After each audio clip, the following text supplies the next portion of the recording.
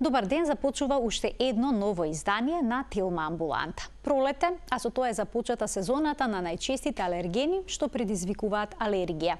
Кивање, кашлање, растечен нос, јадеж. Што да преземат лицата кои што се причувствителни на одредени алергени за да ги намалат или пак елиминираат симптомите на алергија. Денеска во студиото гости на почитуваниот професор доктор Дејан Докич, пулмолог-алерголог при Универзитетската клиника за пулмологија и алергологија во Скопје. Професоре, ви благодарам за гостувањето во Тилма амбуланта и добре ни дојдовте. Добро ве најдов. Велате дека алергиите и алергиските болести се всушност болест на модерното доба и особено овој проблем е изразен во развиените земји каде што 1 од 4 лица страда од алергија. Што ова значи? Дали во минатото алергиите не биле толку доминантен проблем како што се денес? Видете, не може со еден збор да се одговори ова комплексно прашање, бидејќи дел од алергиите или ориентацијата на имуниот систем да реагира со алергиски реакции е делумно наследен, така да еден дел и предходно, значи во минатото имало одреден број на пациенти кои што таа диатеза или склоност да реагираат со алергиски реакции кога ќе дојдат во допир со туѓи тела, туѓи супстанции, постоело и предходно.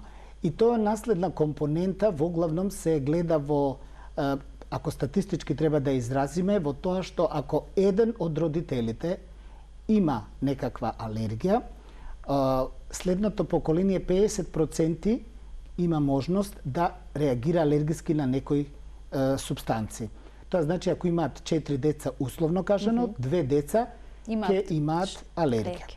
Доколку двата родители се алергични, во тој случај 2/3 од следното поколение ќе реагираат со алергиски реакции.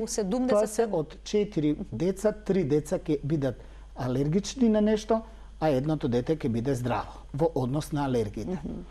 Меѓутоа, наследната компонента не може да го објасни се поголемиот пораст на пациенти со алергиски болести, особено не во западните земји, каде што стандардот и нивото на здравствена заштита е многу поголем во однос на другите земји во светот. Така да се роди на некој начин една теорија на германска научничка Ерика фон Муциус, која што ја лансира теоријата на чистоќа. Хигиенска хипотеза, да. Тоа значи дека во развиените земји, каде што вие имате добар здравствен систем, децата се вакцинираат против голем број болести, имате витамини и други минерали кои што како додаток на исхраната по дефолт се ставаат во производите, било да се млечните производи, јогурт, млеко, путер и така натаму. Така да тој добар здравствен систем на некој начин децата во нивниот развој ги штити од најчести инфекции поради добриот здравствен система за имунизација и така натаму. Така да имуниот систем веќе не е ангажиран во борба со микроорганизми, било да се тоа вируси, било да се тоа бактерии.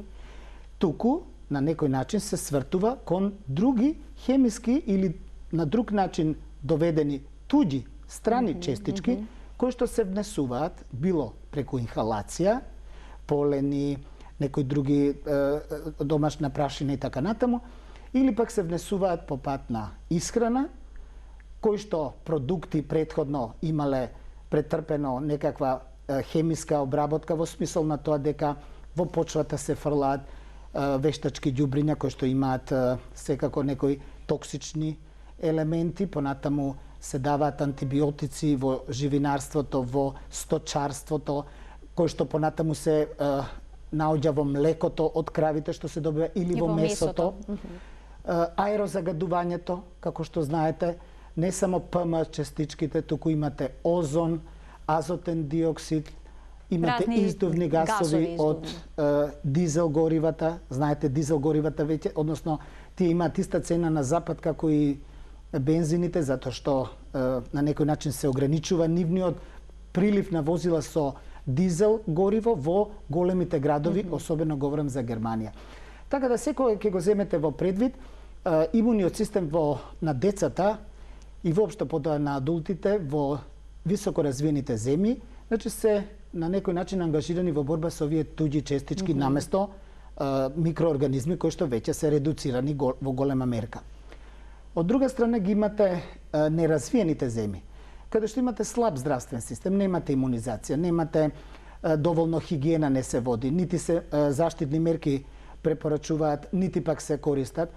И тука децата, ако земете и ако погледнете во било кој документарен филм од Јужна Америка, од Азија, од Африка, тие се на улица трчат, им тече носето, боси. И нивниот имун систем се бори со паразити, често пати, се бори со вируси, со бактериски инфекции. И неговиот ангажман во борба со микроорганизмите на некој начин го инхибира оној дел кој што реагира со туѓите честички на алергиски начин.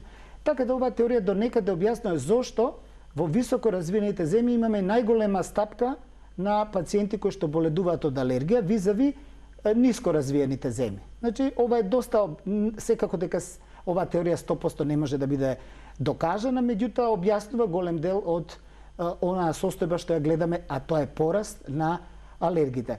Само за компарација би кажал и во нашата земја имаме пораст. Сигурно гледачите ги интересираат бројките во Македонија. Во светот, како што рековте, веќе до 35% или до 40% во некои високо развиени земји е процентот на пациенти со алергии. Кај нас само 1995 година на една епидемиолошка студија направена во Македонија, пациенти со алергиски ринитис имало околу 11,5% во целата земја. 2003 година следната епидемиолошка студија укажува дека 23,1%. Значи тоа е дупло зголемување. Сега има и други објаснувања зошто како, меѓутоа реално би можеле да кажеме дека и ние полека се приближуваме до она висок процент на населението кој што боледува од алергии. Морам да кажам дека најчеста хронична болест кај децата е алергискиот ринитис. Кога поради алерген постојано им тече носето. Постојано имаат проблеми. Па родителите сега се во некоја дилема дали се работи за вирусна инфекција, дали се работи за алергија и слично. Во текот на емисијата ќе ни ги разјасните и разликите во симптомите. Споменавте што се може да биде алерген, но дали алергените се најчесто целогодишни, на целогодишен проблем или пак се од сезонски карактер?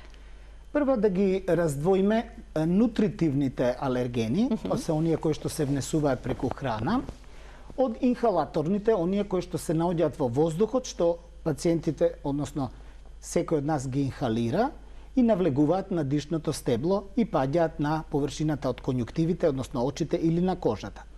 Значи, ние во однос на инхалаторните алергени, Македонија, знаете, климата е релативно топла, така да уште во февруари месец почнуваат да цветаат медитеранските растенија, кои што сепак може да се најдат во јужните делови од нашата земја. Тоа е гевгелија, струмица, дојран. Тоа се кипариси, чемпреси и така натаму. Потоа во март месец во Македонија, кажувам грубо заради тоа што во зависност од климатските фактори, сезоната на цветање може да се помести понапред, ако е потопло време, ако зимата побрзо помалку трае, пократко трае, или пак да се продолжи за 2 недели, меѓутоа тука се... Како што беше оваа година. Како што беше оваа година, доколку зимата малку повеќе навлезе во март месец. Но, грубо земено, околу почетокот на март месец почнуваат да цветаат рано цутечките дрва. Тоа се бреза, леска, дрвото на лешник, јавор, бука и така натаму. Евла. Тие цветат од околу 1 месец. И тогаш пациентите при првото сонце и суво време, кога не врне, ќе осетат можеби јадеш во очите, некои тегоби, црвенило, така срамежливо во почетокот, бидејќи поленските зрнца секако веднаш не достигнуваат високи концентрации, туку како напредува сезоната, се зголемува и бројот нивни. Понатаму може да имаат во форма на ринитис, да имаат јадеж во носот, да имаат кивање, секреција, значи бистер, стакле, секрет, но истовремено и затнат нос да имаат. Секако кивањето во серија, само да кажам од мојата пракса, имавме една пациентка од Струга, 16 годишна девојка, која што киваше 50 пати едно по друго во напад, така да практично она не можеше да дојде до здив и да земе воздух. Значи тоа беше изворедно тежок случај на алергиски ринитис, но сега секако она е добра во моментот. Понатаму може некои пациенти кои што имаат долго време алергиски ринитис, после некој време да развијат астма. Затоа што логично е, кога доаѓа воздухот, ние прво го внесуваме преку нос. И поленските зрнца се таложат во носот. И нормално е дека во почетокот настанува еден алергиски ринитис. Меѓутоа, кога подолго време ќе трае, кога сите одбранбени и компензаторни механизми ќе бидат исцрпени на горните дишни патишта, тогаш поленот продира во долните дишни патишта и може да направи астма. Во една студија во Соединетите Американски држави, околу 720 пациенти, бруцоши биле, тестирани биле на алерголошки тестови, сите овие биле позитивни на некој алерген. Следени се 23 години. Се разбира, сите не останале, голем дел од нив веќе кои се раселиле или го напуштиле местото, така да останале околу 600 пациенти. Значи 23 години. Оние кои што имале само алергија на кожата, немале знаци на алергиски ринитис, 3,5% развиле астма во животот. Но оние кои што во моментот на тестирање имале алергиски ринитис, 10,8% добиле астма, што значи 3 пати се зголемува ризикот од астма, доколку пациентите што се алергични уште во почетокот имаат алергиски ринитис. И на крај да кажеме дека тие со астма секако ќе имаат кашлица, гушење, отежнато дишење, особено при физички активност ќе имаат недостаток на воздух, понекогаш болка во градите, кашлање, воглавно сувано, понекогаш може да биде и да се комплицира со некоја друга инфекција, па да биде различна. Значи, како и да е, тоа се најчестите инхалаторни алергии на горните и на долните дишни патишта, кои што, рековме, настануваат како резултат од поленските зрнца во одредена сезона. И да се вратиме на поленскиот календар, во април месец почнува да цвета тревата. Таа може, пак ќе кажам, од климатските услови во зависност, некаде до јули, крајот на јули цвета, меѓутоа, во една студија што ја правевме заедно со Медицина на трудот, најдовме поленски зрнца на трева и во септември. Дури во септември. Така да би требало да заврши крајот на сезоната на цветање на трева некаде крај на јули, но пак ќе кажам може да се најдат и во септември. А што вели сега поленскиот календар? Каква е концентрацијата на алергени во моментот? Јас не би знал да ви кажам колку е во моментот, бидејќи не знам дали некоја институција го мери тоа во државата. Значи, кај нас нема таков алергиски семафор како што во некои земји се приминува. Навистина не знам дали постои, бидејќи јас не сум информиран за тоа и дали постои, дали некоја институција го мери тоа, не би знаел да ви кажам. Меѓутоа, со сигурност можам да ви кажам по реакцијата од пациентите, кога ќе почне да се жалат, и тогаш со сигурност знам дека концентрацијата е висока. Точно колку зрнца во кубен метар има не можам да кажам, меѓутоа знаете, за тоа треба специјални услови, специјални апарати. Така да, порано тоа го правеше Институт за медицина на трудот, меѓутоа сега не знам дали некоја институција тоа го прави.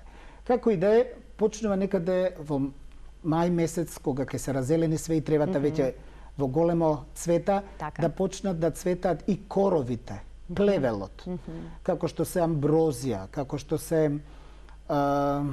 киселец, тегавец, пелин, чај што се прави од него и така натаму. И тие можат сигурно до септември-октомври да цветат. Во јуни, знаете, липите ќе почнат да цветат, тоа се доцно цветачки дрва, багремите.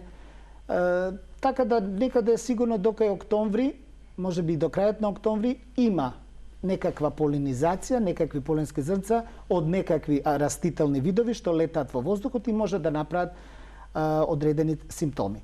Понатаму знаете дека есента кога ќе почнат дождовите веќе, тоа е крајот и на алергиската сезона, бидејќи тие од ноември, декември и јануар, значи тоа се 3 месеци каде што ние немаме алергии на поленски зрнца кои што се во надворешната средина, но тоа не значи дека нема никаква форма на алергија, бидејќи во тој период се појачуваат, говорам се појачуваат целогодишните алергени. Значи самото име кажува во целата година ги има. Так. Но доколку вие имате некои алергени како што се дерматофагоидес или микрокрлежи што живеат во домашната прашина, тие се цела година во домашната, живеат во таписериите, во кебињата, чашавите, во завесите, се што е ткаенина може да ги содржи, вклучително јастуците и душеците на кои што спиеме.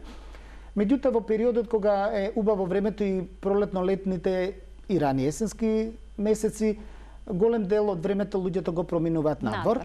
Меѓутоа сега, почнувајќи ноември, декември, јануар месец, почнува да се интензивира алергијата на целогодишни алергени, како што е микрокрлежи на домашна прашина, мувла и евентуално на домашни миленичиња, бидејќи нели воглавном на мачките како најак алерген од домашните животни, бидејќи живејќи во иста просторија, тие имаат подолг и поинтензивен контакт со алергените. И во овој период, како што спомнавте, е многу тешко да се разликува една алергија на тие целогодишни алергени од вирусна настинка. Така. Професоре, пред да преминеме на тоа, само би сакала да ве прашам каде е поголема шансата да добиеме алергија? Дали во градска средина или пак ако прошетаме во природа? И во кој дел од денот алергените се во поголема концентрација, наутро или навечер? Ако е ветровито времето, помалку алергени ќе има во воздухот или обратно? Ако е ветровито ќе има повеќе. Прво суво време, сончево време. И особено ако е згора на тоа и ветровито, дава предуслов за највисока концентрација на поленски зрнца од одредено растение што цвета во тој период. Сега во однос и доколку имате таков период, пациентите би требало нормално што помалку да излегуваат надвор, да престојуваат во тој момент или ако ништо друго нека стават N95, сега веќе тоа е многу модерно заради COVID-19. Ќе помогне, делумно ќе го намали, ќе ја намали концентрацијата што ќе влезе во носот. Значи делумно ќе помогне, ќе имаат помалку симптоми. Так. Или ќе седат внатре и доколку е многу топло во јули и август месец, да пуштат клима, бидејќи сите клими имаат, веќе модерните клими имаат и поленски филтер.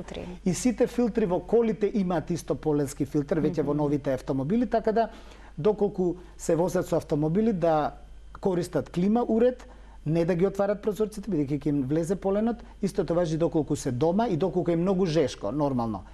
Од друга страна, ме прашавте дали во град или во село, тоа е многу, ако имаме во ист временски период. Во ист временски период, да кажеме еве во лето, кога озонот е доста висок во однос на концентрациите, затоа што озонот настанува со оксидација на издувните гасови, на кислородот, реагира со светлината од сонцето и создава повисоки концентрации. Тие високи концентрации на озон влијаат на самиот алерген. За време на мојот престој во Англија ние правевме испитувања како озонот ги зголемува симптомите на алергија кај пациент. Значи, ако имате повеќе озон во некоја средина, ќе имате поинтензивни алергиски симптоми, отколку да се наоѓате некаде каде што концентрацијата на озон е ниска.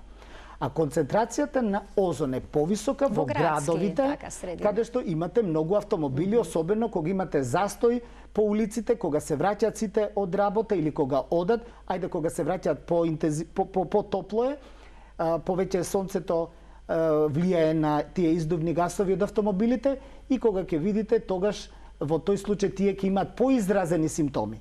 И уште еден експеримент што е правен на поленски зрнца, кои што биле во градот, од исто едно дрво, од иста врста на дрво и некаде во село каде што имаме многу мала концентрација на озон, самите алергени од истиот од тоа растение во градот под влијание на озон се многу поагресивни и попотентни во предизвикувањето на алергиска реакција визави оние кои што не биле експонирани. Значи озонот ја појачува алергиската реакција кај самите пациенти, бидејќи прави оксидација на епителот, прави една лесна инфламација или воспаление само по себе, кое што е дополнение на воспалението од алергенот. Значи имаме две воспалителни реакции и нормално интензитетот ќе биде поголем отколку само една воспалителна реакција.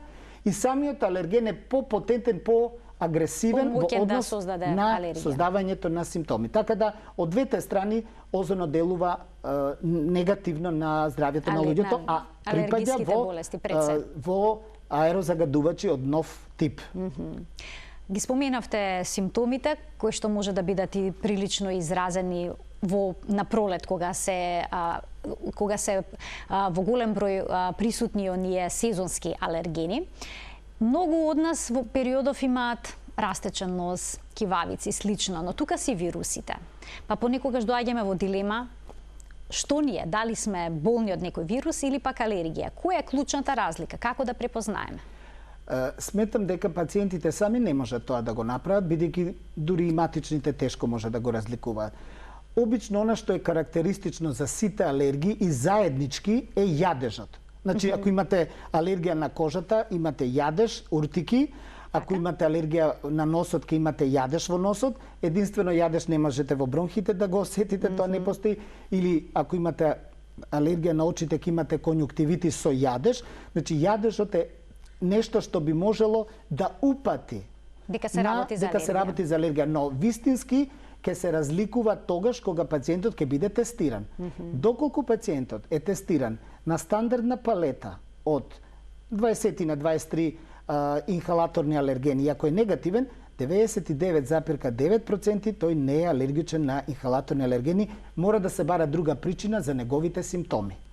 Така. Еве ги споминавте тестирањата. Кому се препорачува па да направи тест? Секако дека некој кој што има, пред се многу е добро да се распраша пациентот анамнеза да се земе, односно каква е историја на болеста. Тој ако каже дека има некои тегоби кои што прв пат се јавуваат, вие навистина сте на почетокот, на нула.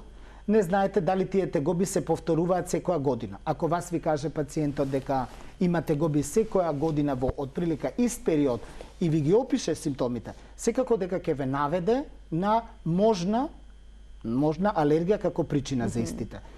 И тогаш тој пациент ќе се прати на тестирање. Меѓутоа би сакал да кажам дека често пати се пациентите тестираат во некакви институции каде што испитува дали се алергични на нешто преку крвта. Тоа се многу чести. Тоа се многу чести, но реални се, професоре? Не се толку точни. А не се кожниот тест е најточен? Сами ќе сватат гледачите дека нешто ако тестирате на самата собствена кожа, на вашата кожа ако се тестира, и доколку се појави папула, односно топче како убот од комарец со црвенил околу, тоа е јасно дека вашиот организам укажува дека вие сте алергични на тоа. Но во однос на тие крвни тестови, вие ќе добиете некоја вредност, ни е висока, ни е ниска. И вие не можете да знаете дали е тоа клинички релевантно за пациентот или не е. Па секој резултат подлежи на лабораториска грешка, дали биле стари реагенсите, колку се инкубирало, дали се испирање има на одредени фази од испитувањата. Сето тоа ќе зависи која вредност ќе ја добиете и вие добивате некоја бројка која што за вас ништо не значи. Нити пак за докторот треба да значи таа бројка. Ако се екстремно високи бројки, може би да, но сепак јас на крај секогаш кога може инсистирам да се направат, особено ако боледува некој од инхалаторни алергени, а тоа е златен стандард во алергологијата, да се направат кожни тестови. Како се прават тие? Кожните тестови се прават така што на предната страна од двете надлактици, нормално потребно е да нема никакви промени на кожата, за да можете да ги прочитате резултатите, и потребно е да не прима антихистаминик најмалку 5 до 7 дена. Зависи кој антихистаминик, некој треба 7, некој може и со 5 дена. И понатаму на кожата се нанесува прво позитивна контрола. Позитивна контрола е хистамин, одредена концентрација. Зошто ни треба позитивна контрола? Па да видиме да сепак може би пациентот зима некакви лекови што влијаат на реактивноста на кожата кон хистамин и може да го намалат ослободувањето, така да кожата може да реагира кај некој со многу мала димензија, кај некој со многу поголема. На крајот на краиштата сите кожи не се исти. кај некој ќе се почеша, ќе имаме црвенило, веднаш црвенило, кај некој многу малку. Значи, самата кожа не е подеднакво осетлива кај секој човек. И затоа правиме со иста концентрација, тестираме на хистамин. Тоа е позитивна контрола. Треба да има секој пациент што е имуно компетентен и кој што не примал антихистаминци, треба да има некоја си нормална големина на папулата, односно на тркалцето што е издигнато. Понатаму тестираме со негативна контрола. Тоа е дилуентот во кој што се растворени алергените. И понатаму уште 20 и кусур алергени различни и доколку со една мала игла ланцета боцнеме и доколку, за да може да влезе алергенот во кожата, и доколку се јави папула, која што е црвенило, и оток. Отокот е важен. Не е црвенилото толку важно. Отокот, односно на како да кажеме, испакнатина во кожата што е црвена, и јадеш има, секојаш има јадеш, како што реков. Во тој случај, на тој алерген кој што се јавува таква реакција, тој е позитивен. И немате тука, како да кажам, лабораториски грешки, току организмот, ако е алергичен, ќе веднаш покаже во рок од 15 минути карактеристична реакција. И тоа е за тој пациент, ако е поголема папулата од хистаминот, толку е поголема, да, толку е поголема реакцијата, толку е поалергичен. И тоа е по-релевантно за тој пациент. Значи, вие морате да имате најмалце 2 пати поголема папула од хистаминската, за да можеме да кажеме дека ова за овој пациент е клинички релевантно и може да го идентификуваме тој алерген, знаеме на што е алергичен и ќе можеме да го ставиме на имунотерапија, за да може со тек на години да тој проблем што алергичните пациенти го имаат во имуниот систем да го коригираме. Професоре, што ако не се јави веднаш реакција, црвенило, туку откако пациентот ќе стигне дома, му отечат рацете? Воглавном за доцната реакција е тоа? Алергиска реакција? Доцна реакција може да се јави кај алергиските пациенти, меѓутоа многу ретко. Воглавном алергите паѓаат во тип 1 преосетливост, а тоа се брзи ИГ посредувани реакции кои што се јавуваат во рок од 15 минути. Да, може да се јави кај некој доцна реакција, меѓутоа тоа се многу ретки случаи и само на одредени алергени. Може анафилактичен шок да се добие од овој тест? Теоретски да. Значи може, теоретски, тоа е она состојба кога пациентот се гуши и е живото загрозувачка. Затоа некои се плаша да ги направат тестовите. Само ќе ви кажам, во однос на алергени што се од храна, бидејќи може вака исто и нутритивни алергени на одредени животински продукти или растителни продукти исто да се тестира. Значи, тестирањето на хранителните и на инхалаторните алергени не дава скоро никогаш анафилактична реакција. Анафилактична може да даде тестирањето на одреден лек, например пеницилин. Така. Затоа што имаме јаки анафилактични реакции кај пациенти што се алергични на пеницилин и кај нив прво се прави крвна анализа? Па прво крвна анализа, па ако нема ИГ антитела, можете после тоа да направите, не мора да е само пеницилин, било кој друг лек. Ќе направите прво еден прик тест, па ако прик тест е негативен, ќе направите скреч тест, па ако и тој е негативен, ќе му го дадете лекот да го испие. А да го испие? Да, во болнички услови. Во болнички така. услови, каде што ќе имате венски пристапи се. И доколку тој во рок од 2 часа не разви алергија, значи не е ни алергичен на тој лек. Значи тоа е провокација на некој начин на пациентот за да се открие дали на вистина, бидејќи тој ако пие повеќе лекови, вие не знаете на кој е алергичен. Така, ова убаво што го објаснивте, бидејќи во текот на 80-тите, односно 90-тите години, многу пациенти беа алергични на пеницилин. Па сега реално алергијата на пеницилин е многу мала, реално. Тоа го појаснуваат повеќето дека е многу мала алергијата на пеницилин. Значи додека примаат порано кога се примаа пеницилини, настанува секакви реакции. Понекогаш беа реакции каде што пациентот ќе му падне притисакот, неал, понекогаш ќе добие некакви чувства дека нешто не му е во ред и сите тие беа веднаш крстени КВ пеницилин или алергија на пеницилин. Но всушност беа или психосоматски реакции или псевдоалергиски реакции. Реакции што личат на алергиски, но не се вистински алергиски реакции. Така да голем број од пациентите порано се сеќавам во книшките кога ќе отворевме имаше голем број, ненормално голем број во однос на реалната бројка што се јавува во светски рамки. Меѓутоа сега после, бидејќи толку многу пеницилинот освен во таблетарна форма не се користи во Македонија, така да ова веќе не е толку актуелно. Така, добро, професор, ќе пуштиме тука еден блок реклами, а веднаш потоа продолжуваме, има уште многу работи што треба да ни ги разјасните. Почитувани, останете на Телма.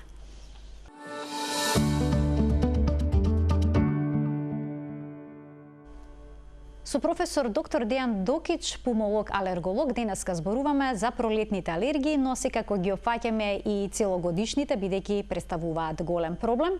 Од овој момент, почитувани, и вие ќе можете да се вклучите во денешната Телма амбуланта со ваши прашања на телефонскиот број 3076 677. Професоре, во кој случај од пациентите правите анализи на искашлок, а сето тоа е поврзано со некакви анализи за алергија? Пациентите кои што имаат астма, астмата прво не секогаш е алергиска. Има повеќе различни фенотипови. Што значи фенотипови? Тоа значи различни лица, различни типови од една иста болест, подваријанти. Например, астмата која што почнува рано во детството, таа скоро секогаш е посредувана со ИГ, односно е на алергиска природа, и кај тие пациенти има одредени лабораториски или биохемиски маркери кои што ни укажуваат дека се работи за таа форма на астма. Некои астми почнуваат нешто покасно во животот, многу често се пропратени со еозинофили, тоа се една воспалителни клетки, кои што и tekako е важно и тие можеме преку брис од нос или преку искашлок од белите дробови да го измериме бројот нивни, што ќе ни даде одредени некои информации за тие. Понатаму постојат астми кои што се јават кај жени после 40 година, одлично што се малку прекумерни во тежината, значи тоа е посебна форма на астма. Потоа има астма која што е тешка форма на астма, која што е мешана и со еозинофили, и со неутрофили и така натаму. Зошто? Ќе кажете, мораме да ги типизираме, фенотипизираме астмите со разноразни биохемиски методи или со брисеви зимање или со искашлоци проверување или на други параметри во крвта. За да знаете како да ги лекувате, предпоставувам. Точно така, за да знаеме кои лекови да им се дадат.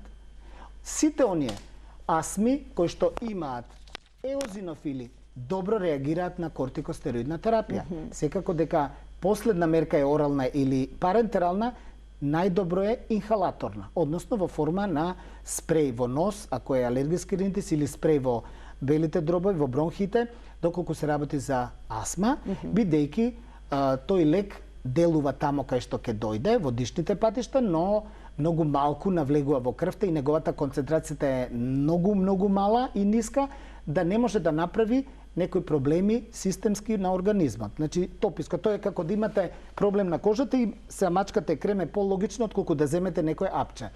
Тоа е поентата на овие. Така да кај некој ќе дадете, кај што имате чести неутрофили, може да дадете некои антибиотици, бидејќи тие најверојатно честопати се како причина за нивното влошување или појавување или медицински кажано екзацербација се јавуваат одредени микроорганизми. Особено ако се бактерии, тогаш мора од типот на атипични бактерии, како што е хламидија, микоплазма и така натаму, тогаш ќе дадете некои макролиди, така барем укажуваат одредени гайдлайнси водичи, кај некој како што има хронично задебелување се прави термоплазија со бронхоскоп се влегува, понатаму се загреват тие едни како мрежички и жици и тогаш го намалува оној задебелен бронх, значи му ја намалува дебелината со што обструкцијата ја подобрува, ја намалува обструкцијата, подобрува дилатација, прави една проширување на дишните патишта и може полесно пациентот да диша. Кај тие што се обезни, доаѓа во предвид операција стеснување на желудникот, со самото тоа во голема мерка ќе се подобрат симптомите, подобро отколку да зима лекови. Апсолутно. Така да има повеќе модалитети што да се даде кај кои форми на астма. Затоа ги испитуваме, односно фенотипизираме астмите за да можеме адекватно да ги ставиме. Различен пристап при лекувањето да примените. Имаме двајца гледачи што очекуваат вклучување. Ќе ги замолам кратки, јасни, концизни прашања во интерес на времето. Добар ден за првиот од нив. Добар ден. Алергична сум. Ве слушаме во програма, сте, повелете. Так. На полен сум алергична и на треви. Овој период ми се јавуваат симптомите, но моментално дојам. Па ако може совет од докторот, што смеам да користам? Така, што смеете да користите при алергија на полен во овој период од годината? Да. Добро, да слушнеме уште едно прашање од гледач. Докторе, повелете. Добар ден. Дали го слушаме и следниот гледач? Повелете, одговорете на прашањето, професоре, подоцна ќе го вклучиме. Прво, пациентката што дои, тоа е проблемот, може да употребува евентуално тописки или инхалаторни лекови. За алергискиот ринитис на полен може да употребува кортикостероиден препарат и тоа од типот на будезонид да има, да не се флуорирани кортикостероидите за нос. Говорам, дискутабилно е во однос на таблетите, антихистаминици, заради тоа што секој од нив ќе се најде во млекото. Да сме најасно. Ќе се излачи. Меѓутоа, доколку доаѓа во предвид само оние кои што не прават седација. А тоа се најновата генерација, било да е тоа биластин, било да е тоа деслоратадин, значи тоа се тие два лека кои што воопште скоро немаат никаква седација. Генерација не дава поспаност. Најновата генерација не дават поспаност и тие би можеле заради тоа што бебето ќе прими од тие лекови може да биде кај него поспано. Значи тоа е препораката во однос на, но долгорочно за да го решите проблемот, можеби ќе имате и други деца и така натаму, имунотерапија. Да го вклучиме гледачот, а веднаш потоа продолжуваме со имунотерапија. Добар ден. Добар ден. Здраво. Ве слушаме во програма, сте повелете. На телефон Александра. Вака, син ми има 3,5 години, има сега 7 години, ама од 3,5 години... Само ќе замолам да реже малку погласно да пуштат во студио, бидејќи слабо слушаме. Значи, станува збор за вашиот син, на која возраст е? Од 3,5 години, кога му се јави варичела, му се појави кашлица, постојана, по 3-4 дена без престан кашла, во минута можеби, не знам, 10-15 пати. Истата кашлица се повторува 4 до 5 пати годишно. Еве веќе 3 години поред. Кожни тестови се направени, каде се покажани алергии на раноцветички, доснацветички, амбрози, треви. Мислам, доста... На доста алергени. Да. Значи, завршуваме при тие акутни напади, завршуваме во болница, каде што ни урбазон не помага. Додека не престани само од себе. Го молам доктора да го може некоја насока што да преземете во оваа ситуација. Ви благодарам за вклучувањето во денешната емисија. Прво и основно е детето, мислам дека нема кашлицата после варичела може да се должи на самата болест варичела. Затоа што варичелата е таква болест што делува на имуниот систем и може неколку месеци после прележувањето да имаме ослабен имунитет и како последица да има кашлица. Значи тоа епизода може би се должи на варичелата, може би е коинциденција, бидејќи подоцна повторно се појавувале тие кашлици и на крај увидено е дека е алергична на различни полени и од амброзија, како што слушнавте, корови и така натаму. Значи за ова дете јас би предложил континуирано да зима инхалаторен кортикостероид. Пак ќе кажам, да не смеат да се плашат. Тоа е во форма на инхалација. Биорасположливоста е кај некој од нив 1%. Тоа значи, ако земете вие на едно дете да му дадете 100 микрограми, 1% е 1 микрограм. Тој нема да направи никакви проблеми на детето, нити во однос на растот, ни на хирзутизам, на се јави косматост, мислам, апсолутно нема да делува во така ниски концентрации. И секако дека тој нема цел живот да ги прима, ќе ги прима одреден период додека ги има. Меѓутоа, треба да сте трпеливи, бидејќи потребно е повеќе месечно континуирано давање на ваква инхалаторна терапија со цел да се смират кашлицата. И исто така ќе кажам дека ова дете од 5 годишна возраст натаму е кандидат за имунотерапија. Што е тоа имунотерапија? Да, само уште би сакал за првата гледачка, уште едно, сега во моментот ми текна што би препорачал, може да зима хербален препарат Алергопротект, затоа што го дои, затоа што тоа не е медикамент, тоа е екстракт од различни растенија кои што делуваат антиалергиски, ја смируваат алергиската реакција, смалуваат кашлицата, имаат лесно бронходилататорно дејство, така да они можат, доколку сака, бидејќи дои други лекови ја видовте горе-доле повеќето не се препорачуваат, може да го зима овој препарат. Сега ми текна размислувајќи и на претходниот случај. Така што би можело да биде најдобро решение. Најдобро решение за жената, тоа може да го зимаат и деца од 4 години, од 14 години, од возрастни, не е само трудници. А ги споменавте неколку пати или до сега. лактацијски во фаза на лактација жени. Споменавте неколку пати имунотерапија. Се работи ли за вакцини наменети за лицата што се алергични на некој алерген, односно причувствителни на некој алерген? Основниот проблем, да почнеме што е проблемот кај пациентите што имаат алергија, визави здравите.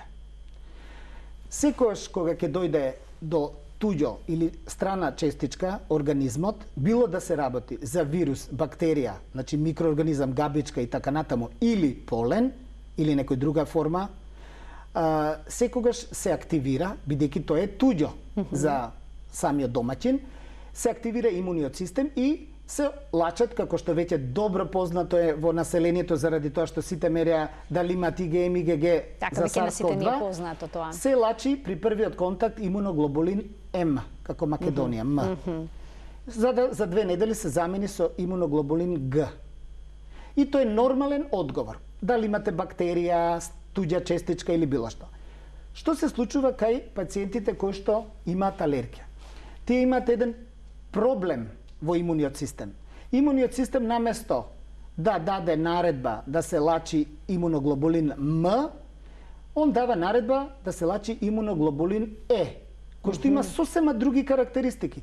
И сите имуноглобулини се врзуваат со антигенот. Во овој случај антиген, бидејќи предизвикува алергија, се вика алерген. Тој ќе се врзе, ама тој IgM, IgG ќе се врзе во форма на комплекс и ќе се елиминира од организмот. А IgE ќе го задржи на местото на навлегувањето. И штом го задржува, организмот сега се труди да го исфрли, овој не може да го исфрли бидејќи е врзан за тоа погрешно антитело IgE и останува тука и се развива една алергиска реакција.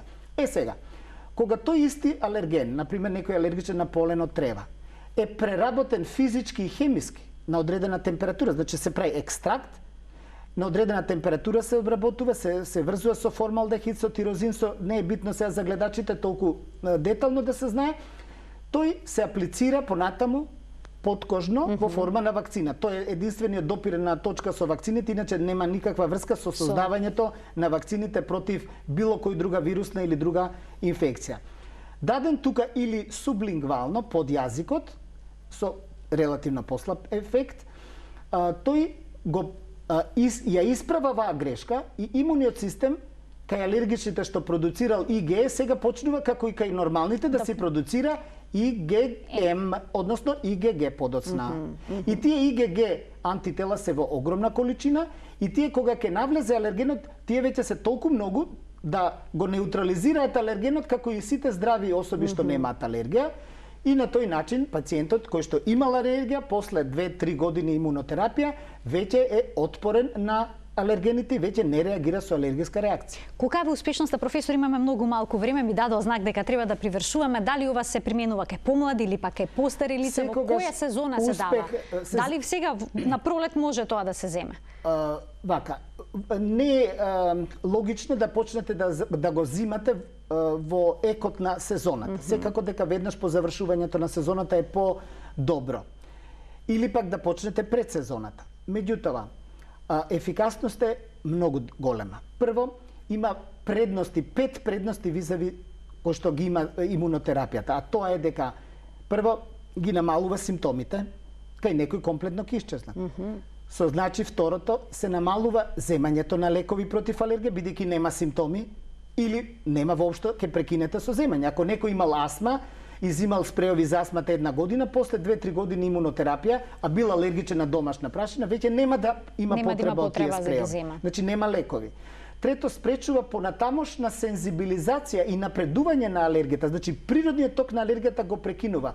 Бидејќи алергијата почнува алергија прво на полен од дрва, па после на полен од трева, се проширува. Значи, на алергени тоа проширување ќе го спречи имунотерапијата. Четврто, кај пациенти кои што имаат лесна астма ќе исчезне. Тие што се напад да ја добијат, нема ни да ја добијат. Значи тоа е четвртата предност и петата е што трае долго години и по прекинот на терапијата. Колку од до 10. Тоа е Кај некој одлична е цел живот, кај некој прогноза. Кај некој можеби, оние што се многу алергични, можеби ќе има потреба за уште еден циклус од имунотерапија во животот, но повеќе од 2 нема потреба. Деца може да ја земаат? Децата може да ја земаат од 5 годишна возраст нагоре, според препораките. А има горна граница возрастна? Нема горна граница, мислам има горна граница, да сега 60 на години. Пациентите после 60 година веќе самиот имун систем се намалува заради староста, така да и алергиските реакции веќе не се така карактеристични за повозрастната доба. Секако дека колку пократко траела алергијата, полесно се лечи. Така да кај деца е најголем успехот. Колку подоцна почнат, послаб ќе биде ефектот, но ќе го имаат. Професоре, ви благодарам за вашето денешно гостување. Имав предвидено уште неколку работи кои што сметав дека се важни да се обработат, но ете, ќе дојдете повторно, се надевам. Благодарам. Ви благодарам уште еднаш, почитувани професор доктор Дејан Докич, пулмолог, алерголог. Беше денешниот гостин во Телма амбуланта, кој ни појасни на вистина многу аспекти поврзани со сезонските и целогодишните алергии. Ви благодарам за вниманието со кое што не следевте и пријатен ден.